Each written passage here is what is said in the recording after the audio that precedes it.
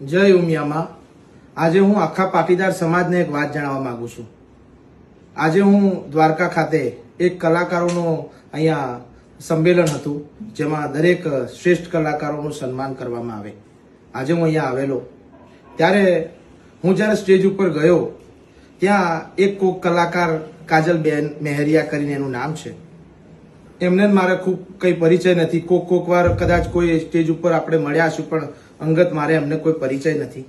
એમ છતાંય એમના મનમાં મારા વિશે શું અધ્યાવેદ હશે, એમને મારા પ્રત્યે શું ઈર્ષ્યા ભાવના હશે, તે આ પાટીદાર સમાજના ઉમિયામાના ભગતને કદી મેં મારા શબ્દ મારા મોઢેથી કોઈ દાડો અપશબ્દ મેં ઉચ્ચાર્યો નથી, અને મારા કાનમાં આવીને અપશબ્દ મને ગાળો બોલી, મારી માતાજી વિશે, મારી ઉમિયામા વિશે ખોટું બોલી, મને એવું બોલ્યા કે હું આ વિડીયોના માધ્યમથી નહીં બોલી શકું। મિત્રો, મારા ભાઈઓ, મારા સમાજને હું વિનંતી કરું છું કે આ બેન પહેલા પણ એકવાર માતાજીને ગાળો દીધેલી છે આ બેનને, પણ એમનું અંગત મેટર હશે, એમાં આપણે પડવા નહીં માગતા।